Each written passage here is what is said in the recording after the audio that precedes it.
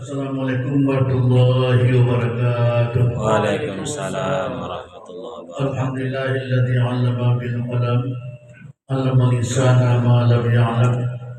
Asyhadu an la ilaha illallah khaliqul 'alam wa asyhadu anna Muhammadar rasulullah asraful anam.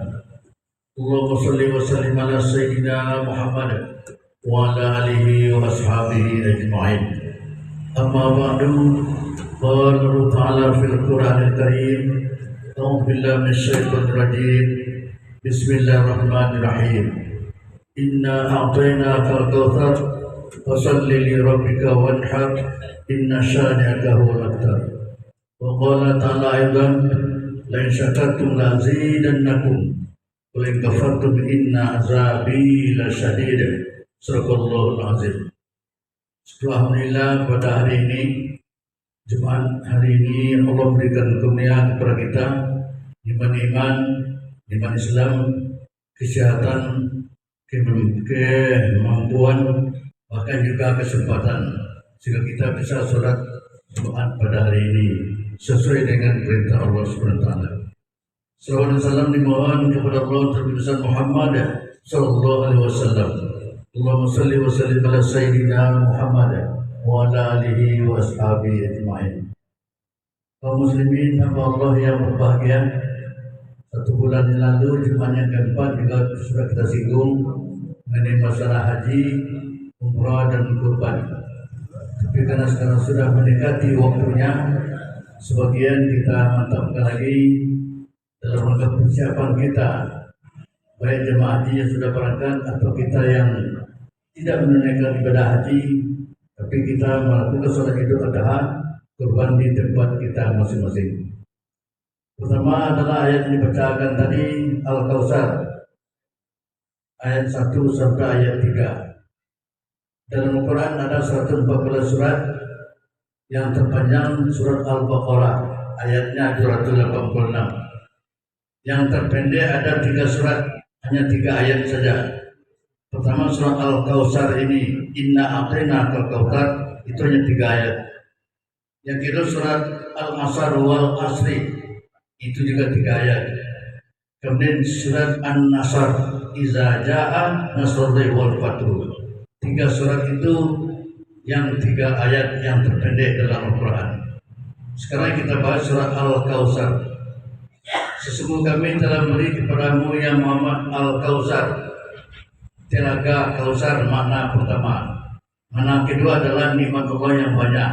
Jadi 2 maknanya. Pertama Al-Kautsar, telaga Kautsar ada nanti di surga pada hari kiamat tentunya. Yang kedua adalah nikmat Allah yang banyak. Nanti kita uraikan. Bagaimana nikmat Allah yang banyak tadi? Fasholli li rabbika wanhar. Maka hendaklah kamu salat karena Tuhanmu. Sebagai ulama mengatakan ini adalah salat Idul Adha. Juga termasuk salat-salat yang lain. Kita salat li rabbika, hanya karena Tuhan. Ikhlas karena Allah. Tidak ada faktor lain. Itu maknanya fasholli li rabbika wanhar, dan berkorbanlah kamu. Idul Adha itu ada beberapa bahasa. Pertama hari raya haji, Idul Haji. Yang kedua Idul Nahri, maknanya hari kurban, raya kurban. Yang ketiga adalah Idul Kurban, memang bahasa hari raya kurban sendiri. Bagaimana yang ini? Kurban ini adalah dalam bentuk wanhar, berkorbanlah kamu. Kurban itu dalam bahasa Arab adalah dekat, qaraba yakrabu kurbanan. Maknanya dekat, mendekatkan diri kepada Allah, itu bernama kurban dalam pengertian bahasa.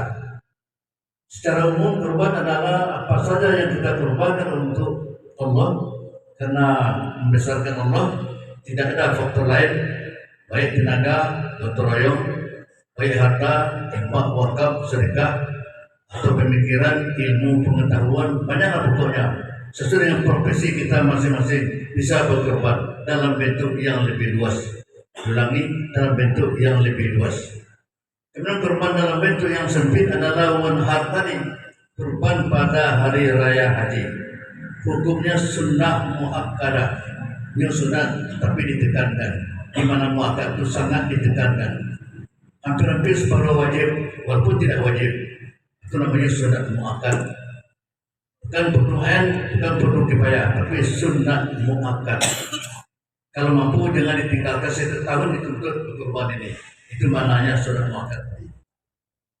Kemudian kurban itu selain dari hukumnya sunat muakkad, waktunya sangat terbatas. Hanya 4 hari saja.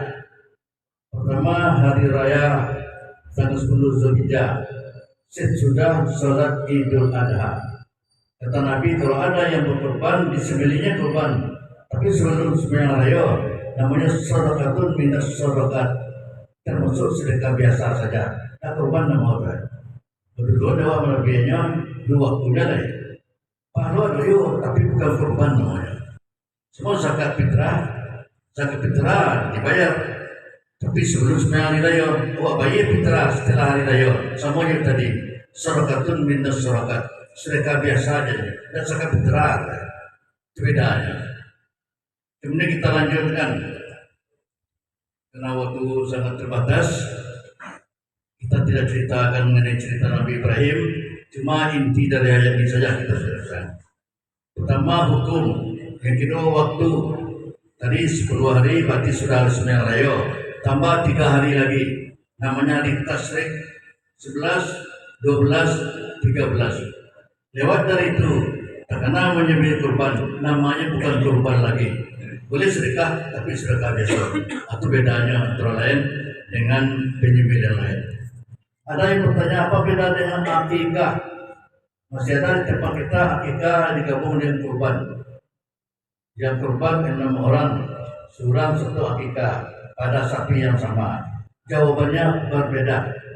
Kalau akikah anak bayi umurnya baru 7 hari, 14 hari, maksimal 21 hari. Dan lewat 21 hari itu tidak dituntut lagi. Kalau ada orang tuanya mampu, silakanlah akikah pada umur 7 hari, 14 hari, 21 hari. Di tempat kita ada akikah itu ketika sudah Rasul ada, ketika nikah juga ada. Di akikah buah cepingnya lah dewasa, lah 25 tahun umurnya. Jawabannya tidak dituntut, bukan berarti tidak sah, tidak dituntut, tidak dianjurkan lagi, perbedaannya. Dan doa akikah itu hanya 2 ekor kibas, 2 ekor kambing atau kibas untuk anak laki-laki. Masih ada di bawah bayi anak laki-laki, bayi anak perempuan sama-sama itu cukup kambing. Itu bahar itu, kalau masih ada itu. Jadi kalau anak laki-laki 2 ekor kibas saja, 2 ekor kibas. Maka kibas dengan namanya 2 ekor, 2 kambing. Kalau anak perempuan boleh 1 ekor. Pembagian juga beda. Kalau akikah hari itu disembelih seluruh dagingnya dimasak, dibawa orang ke rumah, berdoa bersama, tidak dibagi per rumah. Dan tulang-tulangnya tidak dicancang kalau akikah. Tapi lumayan ya. Tapi kalau kurban, tidak tahu jamaah, kalau sampaikan dulu itu boleh dibagi tetangga, RT, RW, jorong sesuai dengan awak sarmoko. Kemudian masih ada waktu seketika lain mengenai kurban, lebih afdal yang menyembelih kurban itu orang yang berkurban. Saya mampu awak menepi sapi kurban tadi, itu lebih afdal. Kalau tidak bisa, diwakilkan kepada orang lain, seperti besok sermogon kepada pengurus boleh. Dan sunat hukumnya melihat tetes darah pertama dari kurban tadi. Di kurban Allah, wajah lihat darah pertama itu minta ampun kepada Allah untuk orang yang berkurban. Itu hadis Nabi. Malah ada yang punya motivasi lagi. Apa saja pada kurban tersebut mendoa kepada Allah, istighfar untuk orang berkurban. Disebut mana itu? Tulangnya, kulitnya, darahnya, bahkan maaf tahinya pun afdal. Yang sampai kepada Allah bukan bagiannya tapi takwa kepada Allah. Itu dimanya oleh motivasinya. Dan setiap hari dianjurkan, setiap tahun berkorban dianjurkan. Kalau ulang dalam masalah akhir, tidak riaga lillahi ta'ala. Bagaimana orang yang berkorban? Paling boleh menyimpan daging kurban untuk yang kurban sepertiga. Banyaklah. Kebalik 150 berarti 50 kilo. Untuk kurban itu paling banyak. Dan yang paling afdal dibagi setiap sarmoga. Kemudian yang berbeda hanya kurban nazar. Contohnya orang tuanya bernazar Kalau anaknya lulus ujian nantinya akan kurban tahun depan contohnya kan. Ini pegawai berniat. Ya, lulus anaknya, berhasil nasabnya. Dan ini tidak boleh dinikmati oleh kurban. Bagi seluruhnya. Habis itu bagi seluruhnya. Itu antara lain. Dan tidak boleh menyimpan lebih dari 3 hari. Dan sebulan rendang kurbannya baru tidak tahu segitu dah. Bukan haram ya, tapi abdul disedekahkan. Itu antara lain mengenai yang tadi. Para penilai. Sini. Masa. Yang ini lah. Yang mengulang yang dulu, yang tertinggal. Ya, itu nominnya. Kemudian haji. Haji dan umrah apa bedanya? Kalau haji rukun Islam yang kelima, wajib sekali seumur hidup.